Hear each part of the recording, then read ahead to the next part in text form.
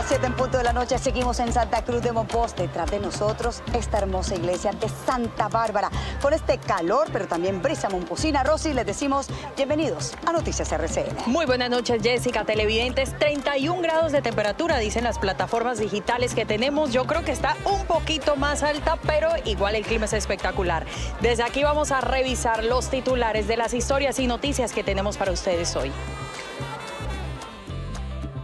Colombia realizó su último entrenamiento pensando en Países Bajos, el rival de este domingo por los cuartos de final de la Copa Mundial Femenina Sub-20 de la FIFA.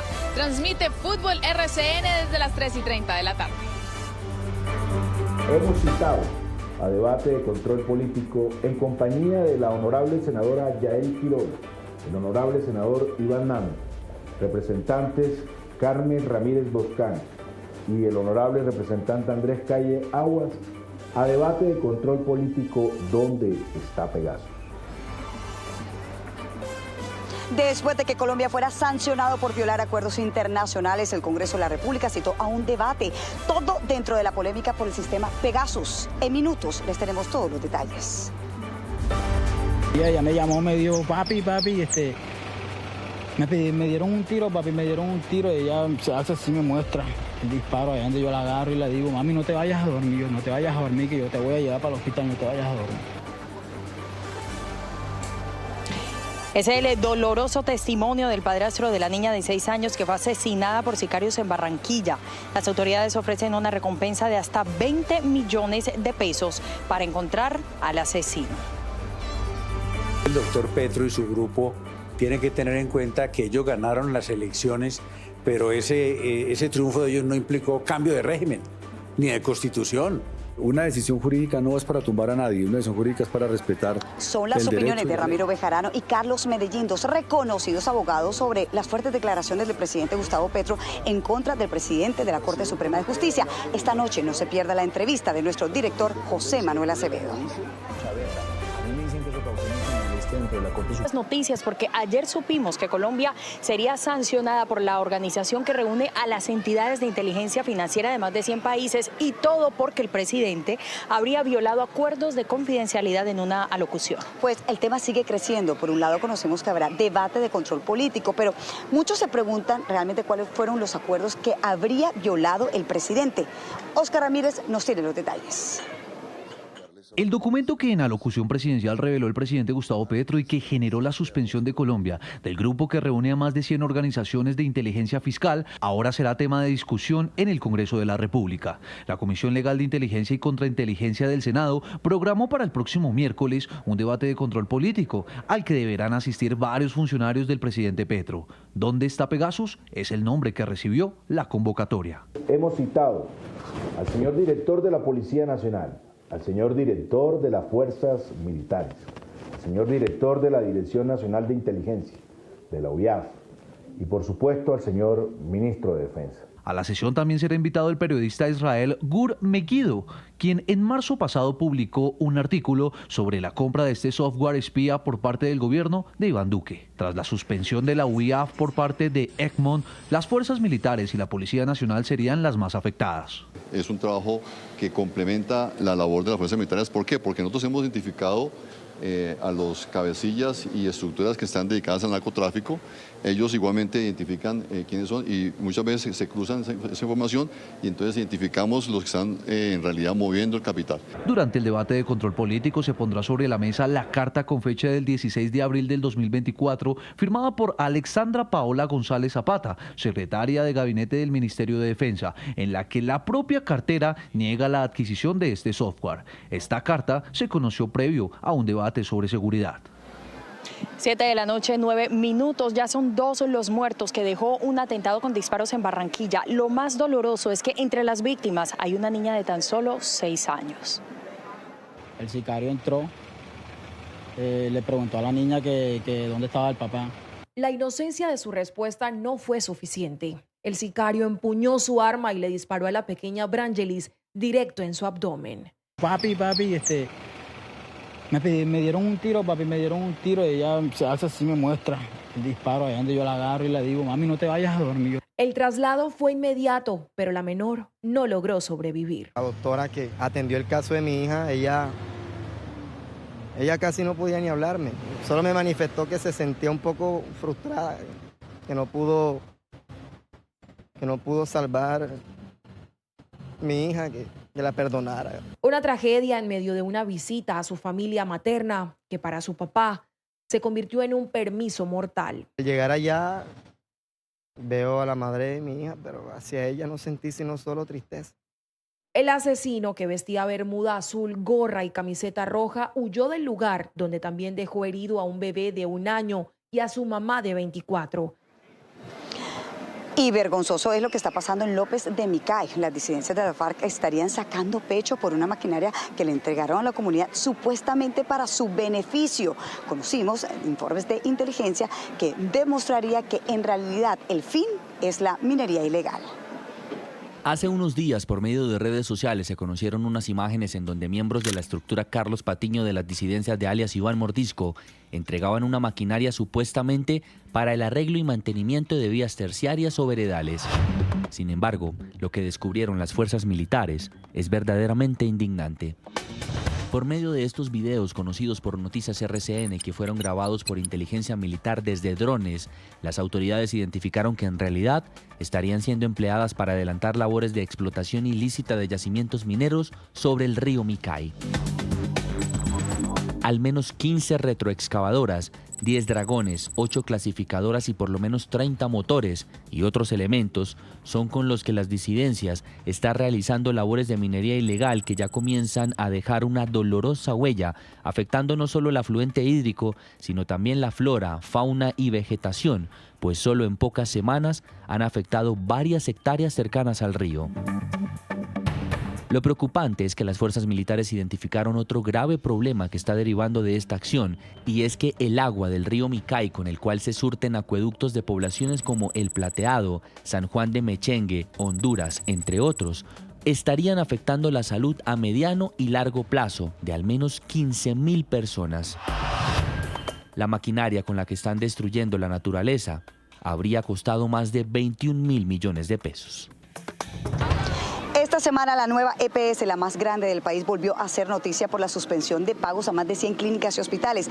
Detrás de esta decisión hay miles de pacientes que temen resultar afectados. Aquí en Noticias RCN nos interesa conocer bien esta noticia. Marcela Tunjo habló con el interventor. Recientemente, la EPS intervenida Nueva PS anunció el cese de los pagos corrientes a 114 clínicas y hospitales del país, algunas ubicadas en ciudades como Pasto, Bucaramanga, Tunja, Neiva, Medellín, Ibagué y Santa Marta. Esta medida, según la entidad, se debe al control de los recursos de la EPS. Teníamos 225 prestadores de servicios de salud que no le estaban pagando adecuadamente, que estaban quedando como rezagados. Sin embargo, teníamos 617 prestadores de servicios de salud que le estaban pagando por encima del 100% de los servicios de este año. ¿Pero por qué ocurría eso? Porque como estaban también mezcladas facturas del año pasado o antes del año 2022, la presión era muy grande para pagarle a ellos. Según el interventor, la combinación de facturas antiguas con las actuales estaba generando una afectación en el recurso disponible para los pagos de los servicios prestados en este 2024. Afirma que las deudas de años anteriores serán canceladas en diciembre. Deudas viejas, aproximadamente de 5 billones de pesos. Nosotros realmente hoy tenemos radicado 16.7 billones de pesos de este año. Garantiza que no se va a interrumpir la prestación del servicio al usuario. Ya se adelantan mesas de trabajo para la conciliación del pago de estas cuentas. En Santa Cruz de Mompox no solamente está pasando el Festival de Jazz de este 2024, también es conocido por el turismo religioso. Hay 8 iglesias, cada iglesia tiene su santo y hoy también había una procesión. Es más, la vi, pasó por el frente de mi hotel. Claro, ese es uno de los puntos que atraen aquí. Por ejemplo, Semana Santa es un lugar, Santa Cruz de Mompox es clave para venir. Por eso muchos lo recomiendan por esta cantidad de iglesias y, por ejemplo, el oratorio y la capilla que está dentro del cementerio municipal. Muchas cosas por hacer aquí en esta tierra. ¿Le parece si hacemos una pausa, Jessica? Claro que sí, ya venimos con muchísima más información.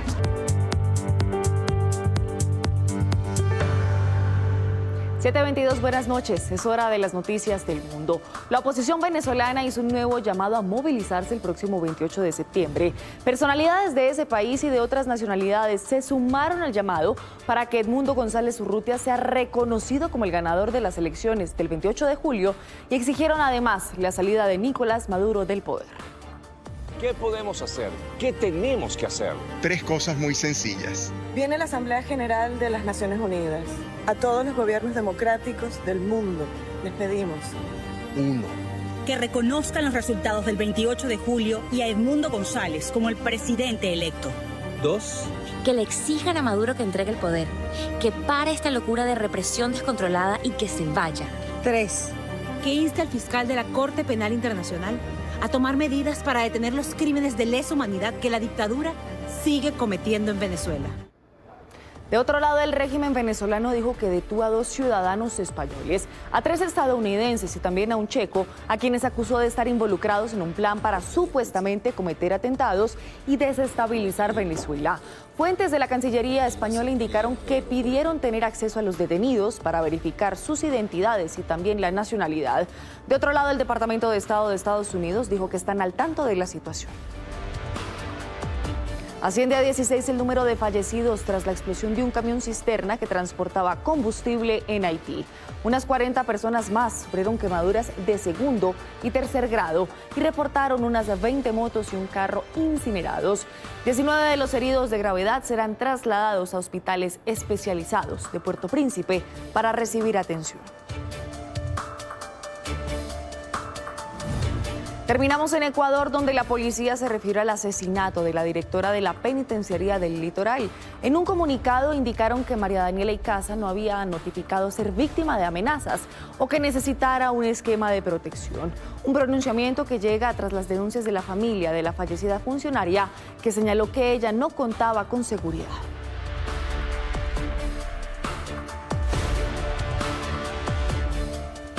Federación Nacional de Departamentos, 30 años. Entidad que articula a las gobernaciones de Colombia con el gobierno nacional, el sector privado, la academia y organismos internacionales.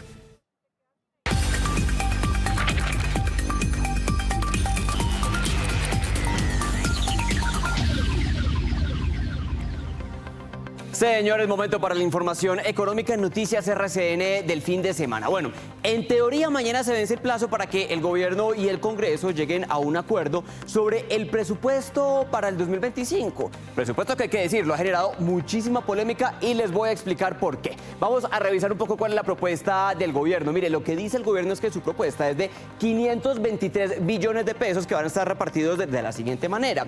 112,6 billones van al servicio de deuda. Ahí hay un incremento comparado con el presupuesto vigente. 397,6 billones van al funcionamiento, también un incremento comparado con el presupuesto vigente, pero la polémica más grande está aquí, lo están viendo, en la inversión. La inversión del presupuesto sería, según el proyecto del gobierno, 82,4 billones de pesos.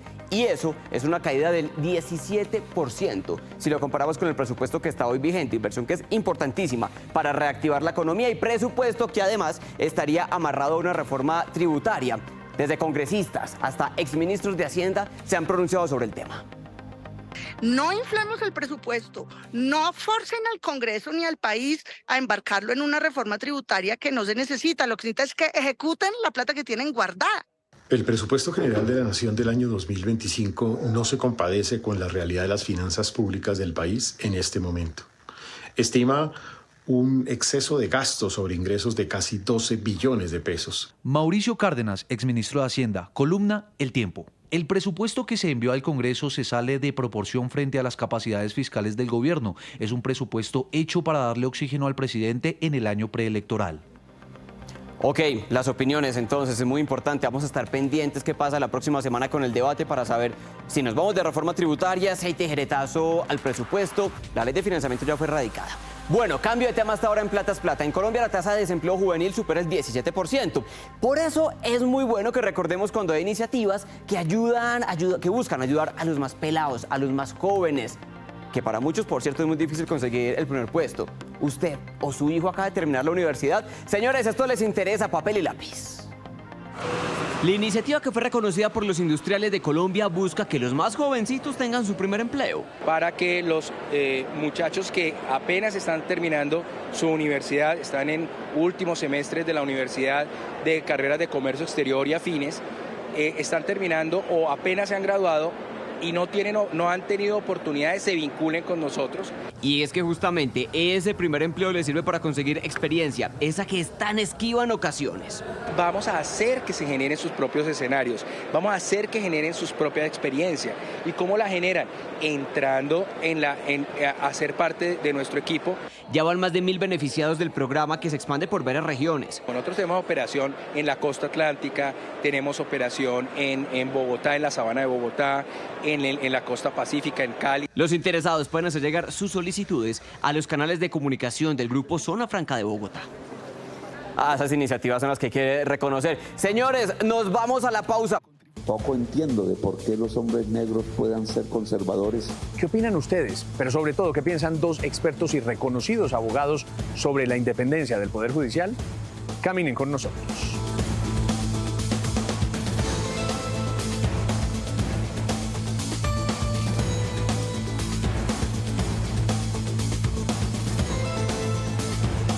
Bueno, señores, ilustres abogados, mi querido doctor Ramiro, ¿cómo anda usted?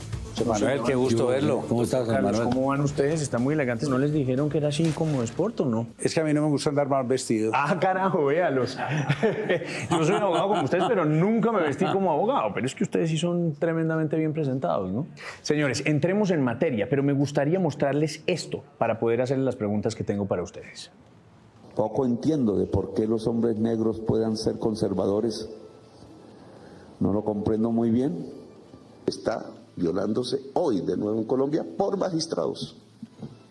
El presidente no puede hablar de los magistrados porque la independencia de poderes lo dice. El presidente tiene que decir la verdad hasta donde es posible, porque tienen a un presidente juzgado por el Consejo Nacional Electoral, que ni es juez, ni penal, mucho menos, sino una entidad administrativa. Lo mismo de Ordóñez, con unas pruebas absolutamente chambonas para decir que se sobrepasó el tope. Esto es lo que va a salir de esto. Doctor Ramiro, doctor Carlos, ustedes que además saben mucho de justicia, pero han tenido relaciones críticas o dependientes de algunos gobiernos en la historia de Colombia, ¿les parece que esto es normal? No, son absolutamente groseras y desinstitucionalizantes, porque el presidente de la República tiene que mantener cordura frente a los magistrados de las altas cortes, cualquiera que sea su discrepancia. Yo creo que el doctor Petro, que dijo que iba a cumplir la Constitución y la ley, en esta materia no la ha cumplido. ¿Cómo lo está viendo usted? Bueno, la forma es inaceptable, por supuesto, es una falta de respeto que no debería ocurrir, pero el fondo, como yo lo veo, es que eso es la prueba de que sí hay separación de poderes y sí hay independencia judicial, porque a ciertos niveles de poder fastidia, incomoda las decisiones de los jueces. Quiero detenerme en esa declaración que tiene que ver con el presidente de la Corte Suprema de Justicia, con Gerson Chaverra. A mí me dicen que eso causó mucha molestia dentro de la Corte Suprema de Justicia. La expresión de un negro conservador, no puede haber un negro conservador. ¿Qué opina de eso? No, pues obviamente que eso es una cosa casi que boba. No tiene sentido salir a hacerle una crítica a un presidente de la Corte por razón de su color de piel, y menos porque no le reconoce al doctor Chaverra su derecho a tener el mal gusto de ser pastranista. Ese es su derecho, cualquiera que sea el color de su piel. Es una cosa realmente desafortunada. No, pues totalmente desafortunado, y en parte en ciertos sectores de la sociedad no solo se expresan a los magistrados y a los jueces, sino en este caso que es una manifestación evidentemente racista y totalmente desafortunada con el presidente de la Corte Suprema. La base de la libertad y de la democracia es el respeto, no solo a los jueces, sino a todas las personas, no solo al presidente de la Corte, sino a todos los seres humanos, independientemente del color de su piel o de su ideología. Ahora, hay quienes dicen que las Cortes están haciendo política. lo dicen sobre todo los afectos al presidente Gustavo Petro, que le están tumbando la reforma tributaria, buena parte de ella, por razones políticas, que en el tema de servicios públicos y de la CREG, el Consejo de Estado también se pronunció para obstruirse, para ponerse en medio del cambio, que la Corte Constitucional también hizo unas glosas al Ministerio de la Igualdad porque no les cae bien Gustavo Petro. ¿Qué piensa de eso? No, eso es un disparate, porque es que el doctor Petro y su grupo tienen que tener en cuenta que ellos ganaron las elecciones, pero ese triunfo de ellos no implicó cambio de régimen, ni de constitución. La constitución sigue siendo la misma del 91, la misma estructura política, judicial, administrativa. Y eso implica que cualquier presidente se tiene que someter a las decisiones de la Corte Suprema de Justicia, de la Corte Constitucional, del Consejo de Estado, inclusive del Consejo Nacional Electoral. El presidente no puede pretender que cuando hay una decisión del Consejo de Estado, de la Corte Constitucional o de la Corte Suprema de Justicia, es porque los magistrados están haciendo política. En los últimos gobiernos, de los últimos años, siempre se ha apelado a una discusión política cuando las Cortes toman decisiones que no gustan o que van en contra de las políticas o las decisiones de los gobiernos. Eso no es en este gobierno. Eso ha sido casi en los últimos gobiernos, no quiero poner ejemplos, pero en las decisiones de la Fiscalía o de la Corte Suprema o de la Constitucional o del Consejo de Estado que no caen bien, siempre se vuelve con el tema de que hay una persecución política de los magistrados. Eso no es cierto. El presidente dice el Consejo Nacional Electoral no puede investigar al presidente de la República por cuenta de las investigaciones que avanzan en contra de su campaña y de la posible violación de los topes. ¿Quién tiene la razón, doctor Ramiro? Sobre todo no la tiene el presidente Petro, porque la tesis del doctor Petro conduciría a esto. Como yo gané las elecciones y soy presidente, mis cuentas están a salvo del ojo del Consejo Nacional Electoral. Eso no puede ser, porque entonces solamente sería vigilable el candidato perdedor. Y entonces lo que se busca es que todos sean vigilados. Ahora, si hay cargos contra la campaña del presidente, que es lo que digo yo hoy en la columna, pues obviamente el Consejo Nacional Electoral no puede juzgarlo a él porque tiene un fuero. Claro. Y pretender que el Consejo Nacional Electoral diga no, como el presidente es el presidente, entonces frente a él no le toca. No, es que a él lo eligieron fue presidente, no monarca. ¿Cómo ve usted ese asunto, doctor Carlos? El Consejo Electoral es una institución de origen constitucional que merece todo el respeto, igual que las otras cortes. ¿Ok? Y respetar el Consejo Electoral y sus decisiones, pues es respetar la Constitución, que es lo que todos los funcionarios públicos juran cuando toman posesión, de respeto a la Constitución y la ley. En el tema del Consejo Nacional Electoral, allí sí hay un lunar muy complicado, que es el hecho de que uno de los instructores de la investigación contra el presidente Petro sea un parlamentario que está enjuiciado penalmente por supuesto soborno a testigos. Eso no debería pasar en un régimen transparente, porque en eso no le falta razón al doctor Petro, porque es que ese señor es un opositor político, claro que el origen político de allí puede dar esa circunstancia, pero ese señor que está juzgando o investigando esas cuentas, ese señor Álvaro Prada, que es un exparlamentario, ese señor tiene una acusación muy grave. Pero para eso no existe la recusación, por ejemplo. Claro, y lo recusaron y no lo aceptó. Y eso no hay que respetarlo, Correcto, doctor Ramiro. sí, pero entonces eso muestra una debilidad del sistema. Miren ustedes, el presidente Gustavo Petro, en el fondo, lo que dice es que lo quieren tumbar, que hay un golpe de Estado en marcha y que además puede venir en los próximos 3 meses. Y mete de alguna manera también ahí a la rama judicial, en una especie de lawfare o una guerra, digamos, a través de instrumentos jurídicos y de decisiones judiciales. ¿Qué piensan de esas declaraciones del presidente Petro? Eso también es bien equivocado. Mire, yo no creo que haya nadie en Colombia que esté pensando en tumbar a Petro, entre otras cosas, menos a esta parte. A él le faltan ya menos de 2 años. Y entonces, ¿a quién se le ocurre tumbar a Petro para dejar una parte de los colombianos heridos y con esa cicatriz? Cuando es mejor dejarlo que termine su gobierno y más bien derrotarlo en el año 2026, como juega el proceso democrático. ¿Qué piensa? Una decisión jurídica no es para tumbar a nadie, una decisión jurídica es para respetar el derecho y la ley. ¿Que tiene consecuencias políticas? Pues sí, todo eso tiene consecuencias políticas, de manera que pues la primera vez que oímos el tema del golpe de Estado causó impacto y preocupación. Ya a estas alturas se ha oído tantas veces, cada 8 días, que ya ha perdido incluso importancia el tema. Yo coincido con el doctor Bejarano de que no hay que volverlo jurídico-político, sino simplemente seguir el tránsito normal de las investigaciones, de los recursos, de las decisiones y no trastocar las cosas. Señores, y la última, mucha gente que nos ve hasta ahora está como en estado de alerta y de catastrofismo absoluto y dicen estamos ante la peor crisis institucional de la historia de Colombia y de esta no vamos a salir bien librados. ¿Ustedes lo están viendo así?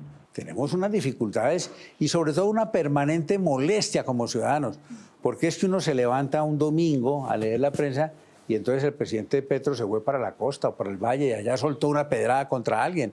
Entonces eso causa desconcierto, eso no educa, eso no contribuye a la unión del país.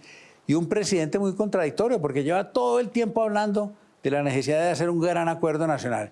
Y cuando él habla, tiene voz de suegra. Cada vez que habla crea un problema complicadísimo. Pero hay futuro después de Petro, espero. Para el país, sí. Colombia, desde los orígenes de la República, hemos tenido que convivir con dificultades, siempre. Este no es el hombre de las dificultades, sino el país de las dificultades. Todo el tiempo hemos vivido y convivido con dificultades muy graves. Hay muchas personas jóvenes que no vivieron lo que el doctor Ramiro y yo vivimos en los 80s, por ejemplo, ¿no? Una situación de verdad muy, muy dramática con el tema del narcotráfico. Pero antes de eso también hubo otros problemas gravísimos, la violencia, y antes de eso las guerras civiles. Y Colombia está firme, las instituciones están firmes, la justicia está firme. No quiero comparar con otros países vecinos, que uno mira, no es por compararse, pero uno mira el vecindario y pues lo que da es angustia y tristeza de cómo destruyeron el Estado de Derecho aquí al lado, ¿no? Los vecinos. De manera que dificultades han existido siempre, pero yo me declaro optimista de que en este caso, como en los otros casos, saldremos adelante. Pues señores, a mí me da mucho gusto tenerlos aquí en el canal RCN, en Noticias RCN. Vengan con más frecuencia aquí a la Avenida de las Américas, los esperamos. Muchas gracias. Estaremos dispuestos. Sí, señor, gracias. Muchas gracias, muy amable por la invitación. Pues esa entrevista la pueden encontrar en www.noticiasrcn.com. 7:47. Vámonos urgentemente para Popayán porque a esta hora hay un gravísimo incendio.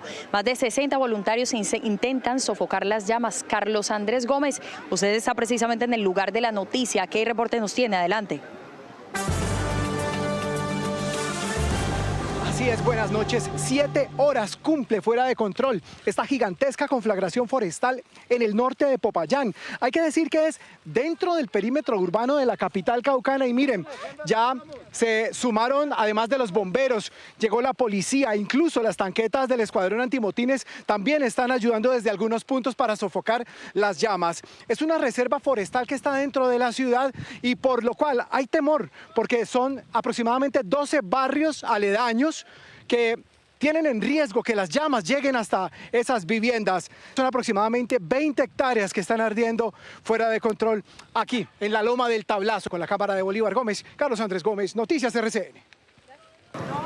Seguimos con nuestras investigaciones de sábado y encontramos algo muy delicado. En Bogotá no se realiza un censo de habitantes de calle desde hace más de 7 años. Los expertos dicen que esta falta de información podría ser un peligro para los índices de inseguridad. Minutos antes de comenzar esta emisión de Noticias RCN, la alcaldía de Bogotá le confirmó a Angélica Arango que ya están trabajando en un plan piloto.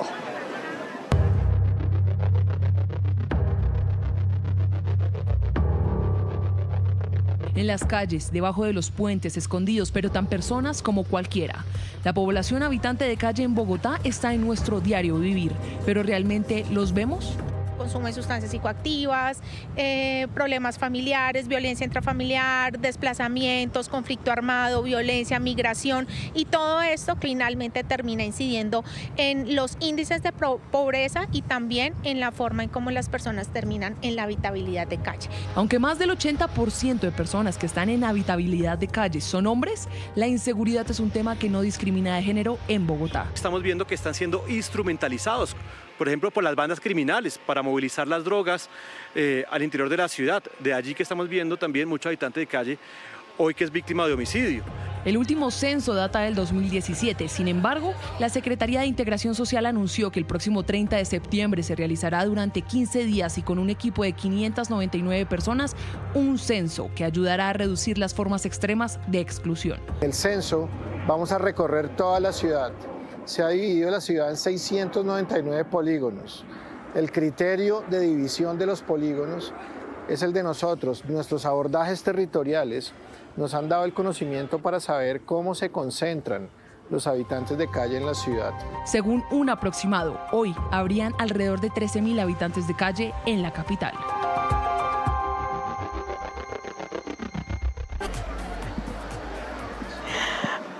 Sandrita, muchísimas gracias por esa información del entretenimiento y seguimos desde aquí, desde Santa Cruz de Mompox, donde en este marco del Festival de Jazz hubo un espacio para un emotivo tributo para Hernán Zahar, quien durante todos los años se ha encargado de potencializar este evento musical y convirtiéndolo en un referente de toda la región.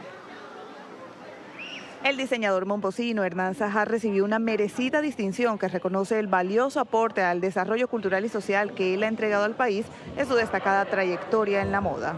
Haber recibido homenajes en otras ciudades, en otros países, no es lo mismo que suceda donde yo eché raíces y aquí sigo acá.